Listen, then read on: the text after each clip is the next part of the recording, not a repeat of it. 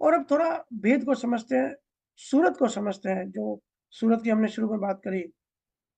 तो देखिए सूरत का सिंपल मतलब होता है, सूरत मतलब ध्यान।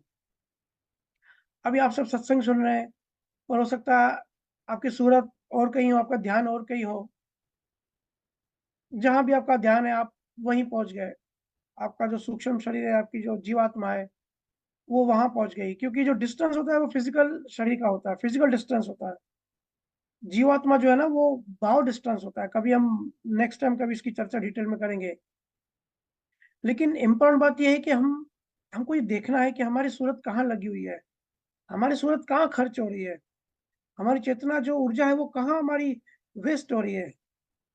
सूरत या ध्यान सबसे महँगी चीज़ है, मैं हमेशा कहता हूँ इस ब्रह्मांड में। देखो, हर किसी को क्या चाहिए होता है? अटेंशन चाहिए होता है। कहते हैं ना बहुत लोग कि भाई हमको पैसा नहीं चाहिए, हमको आपका समय चाहिए। तो एक्चुअली वो समय भी नहीं माँग रहा है, वो माँग रहा है अटेंशन। बहुत सारे बच्चे जो बदमाशी करते हैं घर में सिर्फ़ इसलिए करते हैं ताकि अटेंशन मिले। अब देखो बच्चों को अटेंशन दो, उसी बातों पे हँसो, तो बार-बार वो चीज़ रिपीट करेगा। या आप किसी को इग्नोर करो, अटेंशन मत दो, तो वो उसके लिए बहुत बड़ी सज़ा हो जाती है। देखो सूरत को जो है ऊर्जा मिलती है।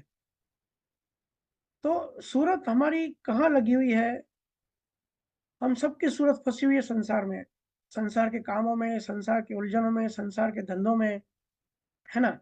हमने बहुत बार चर्चा करी है कि जड़ और चेतन से, ब्रह्मा और माया से, स्वरूप से जो नियक्षर आया, फिर ब्रह्मा और माया से कैसे ये जगत संसार बना। सूरत आई, जो कनेक्शन है ना, जो कॉमन कनेक्शन है। मेरे से पूछते हैं कि भैया ऐसी कौन-सी चीज़ है, जीवात्मा का शरीर यहीं छूट जाता है तो कौन-सी चीज़ वापस जाती है? तो वो जाती है सूरत। तो सूरत आई, बिछड़ गई अपने परमात्मा से और संसार में आके संसार में उसको ज़बरदस्ती उसका जो अटेंशन, जो उसका ध्यान है, वो संसारी ज़रूरतों में ध्यान दिया गया। लेकिन फिर जब वेदी गुरु मिलते हैं, वेदी गुरु क्या बताते हैं? वेदी गुरु एक ही बात बताते हैं कि संसार आपका घर नहीं है, संसार में आप अपनी क्यों ऊर्जा वेस्ट करते हो?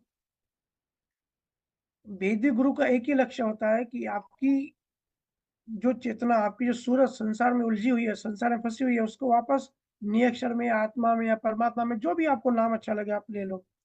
लेकिन जो असल घर है, जो स्वरूप है, सत्य स्वरूप, जो सनातन है, जो अल्टीमेट है, जो कैवल्य है, उसमें स्थिर करना, ये हमको वेदी गुरु बताते हैं। जो गुरु महाराज कहते हैं ना कि वेद सहित ज्ञान गट्टावे। तो वेद कौन देता है? वेदी गुरु। और वेदी गुरु कौन-सा ज्ञान देता है?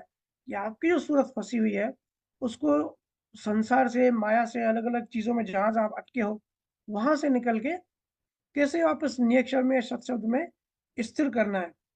इसका ज्ञान हमको जो है, ये देते हैं। ये इस एग्ज़ाम्पल से समझो, जैसे किसी का बहुत बड़ा घर है और एक छोटी-सी सुई खो गई है और हमको वो सुई ढूँढनी है। तो पूरे घर में हम ढूँढने लगेंगे तो कितना समय लग जाएगा, क्योंकि घर बड़ा है और सुई बिल्कुल छोटी-सी चीज़ है। तो हम कभी कहाँ ढूँढेंगे, कभी कहाँ ढूँढेंगे और उसमें उलझते रहेंगे। तो समझो वहाँ पे एक आदमी बैठा हुआ, कोई वेदी गुरु बता बैठा हुआ है। वो सुई जो है किसी सोफ़ा में या गद्दे के नीचे गिर गई है। तो वो वहाँ बैठा हुआ आदमी हमको बताता है कि भाई तू रूम में या इधर-उधर मत ढूँढ, ये जो तेरी चीज़ है, ये जो सुई है, ये गुम हो गई है तेरी सोफ़ा के नीचे, गद्दे के नीचे, वहाँ से उठा ले।